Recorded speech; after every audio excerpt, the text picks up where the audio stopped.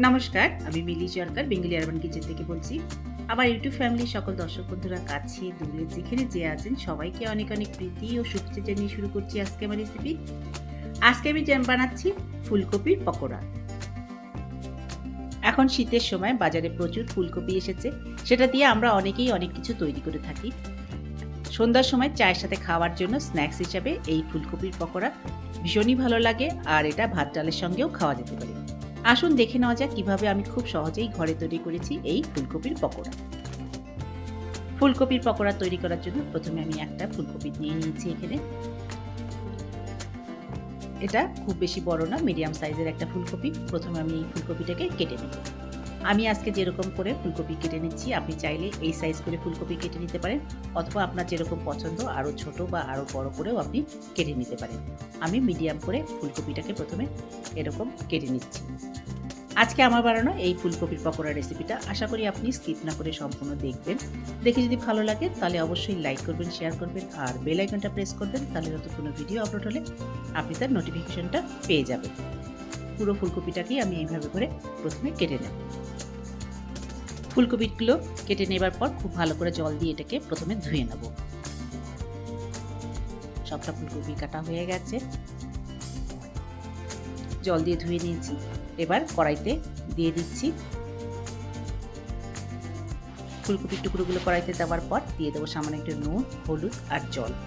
এটা দিয়ে সামান্য একটু ভাপিয়ে নেব, যাতে ফুলকপির কাঁচা গন্ধটা চলে যায়। কোনো রকম খুব বেশি ভাপাবো না, মিনিট দুয়েক ভাপালেই যথেষ্ট।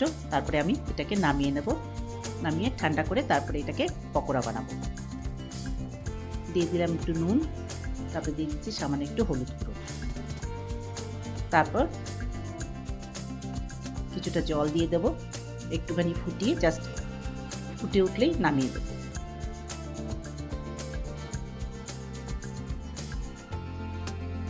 দেখুন ফুটে উঠেছে, এবার ঢাকাটা সরিয়ে নিলাম।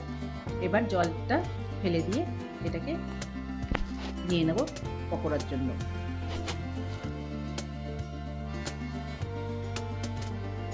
তুলে দিচ্ছি জল থেকে। এরপর এটাকে ব্যবহার করব পকোড়ার জন্য। একটা বাটি নিয়ে প্রথমে দিয়ে দিলাম 1 কাপ বেসন। এরপর দিয়ে দিচ্ছি আধা কাপ চালের গুঁড়ো। চালের গুঁড়ো দিলে পকোড়াটা খুব ক্রিস্পি হয়।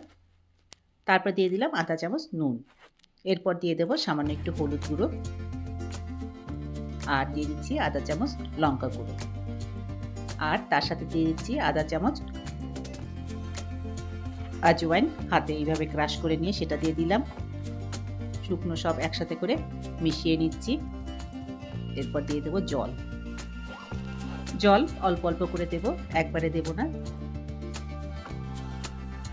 এইভাবে করে জল দিয়ে আস্তে আস্তে করে এটাকে ভালো করে একটা ব্যাটার তৈরি করে নেব। খুব বেশি পাতলা হবে না আর খুব থিকও হবে না। দেখুন এইরকম ব্যাটার প্রথমে আমি তৈরি করে নিচ্ছি। আর জল দেবার মনে হচ্ছে না দরকার হবে। এইরকম ব্যাটার তৈরি করে নিতে হবে প্রথমে। এই ব্যাটার আর কপি সেদ্ধ করে নিয়েছি। এবার যাচ্ছি পকোড়া ভাজার দিকে। তার জন্য কড়াই বসিয়ে দিয়েছি। কড়াই গরম হয়ে গেলে আমি এর মধ্যে দিয়ে দিচ্ছি কিছুটা সাদা তেল। তেল যখন গরম হয়ে যাবে, খুব একদম ধোয়া ওঠা গরম না, অল্প গরম হয়ে গেলে এবার আমি কপিগুলো দিয়ে দিয়েছি ব্যাটারের মধ্যে। সেখান থেকে নিয়ে কপির গায়ে ব্যাটারটা লাগিয়ে এই গরম তেলের মধ্যে ছেড়ে দেবো এক এক করে। আস্তে আস্তে করে ছেড়ে দিচ্ছি।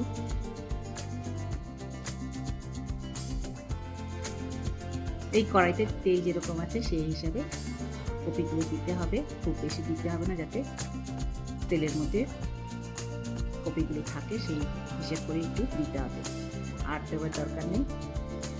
কিছুক্ষণ ভাজার পর তারপর হালকা হাতে এগুলোকে উল্টে দেবে।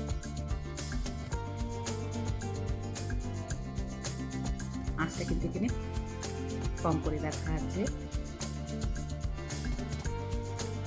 এই কম আঁচে কিন্তু পকোড়াগুলোকে ভাজা হবে। কম আঁচে ভাজলে পকোড়াগুলো ক্রিস্পিও হবে, খেতেও ভালো হবে। কিন্তু যদি আঁচ বেশি করে দেওয়া হয় তাহলে ওপরটা পুড়ে যাবে, ভেতরটা কাঁচা থেকে যাবে। সেই কথা মাথায় রেখে একটুখানি ধৈর্য ধরে এটাকে ভেজে নিতে হবে। উল্টে দিলাম সবগুলো পকোড়ায়। এবার আবারও একটু নেড়ে দিচ্ছি। দুটো পাশ বেশ ভালো করে গোল্ডেন করে ভেজে নেব, তারপরে এগুলোকে তুলে নেব।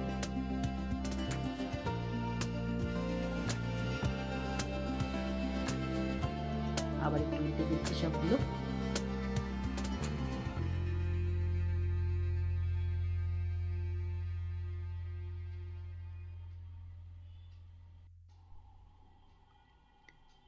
এটা ভাজতে মোটামুটি 4 থেকে 5 মিনিট মতো কিন্তু সময় লাগবে।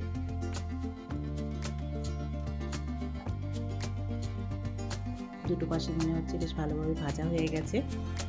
এরপর ধীরে ধীরে আমি এগুলোকে তুলে নেব।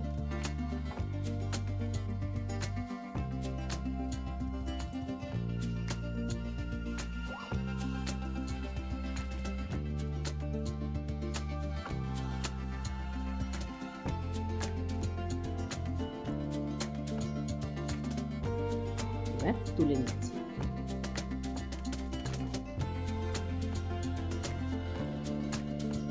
দেখুন কেমন সুন্দর ভাজা হয়েছে।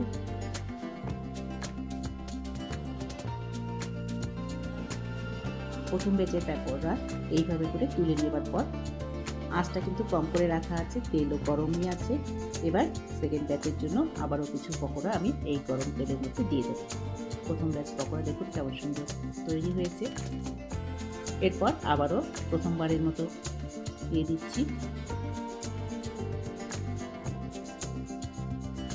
তারপর এটাকেও আগের মতো ভেজে তুলে নেব।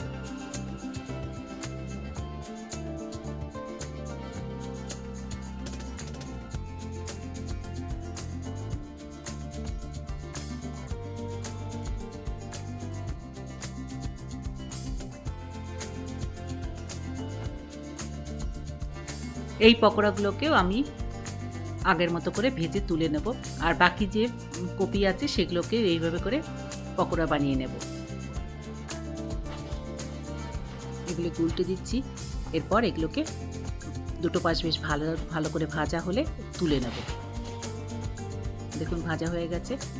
আর এইভাবে খুব সহজেই আজকে তৈরি হয়ে গেল আজকে আমার বানানো গরম গরম ফুলকপির পকোড়া।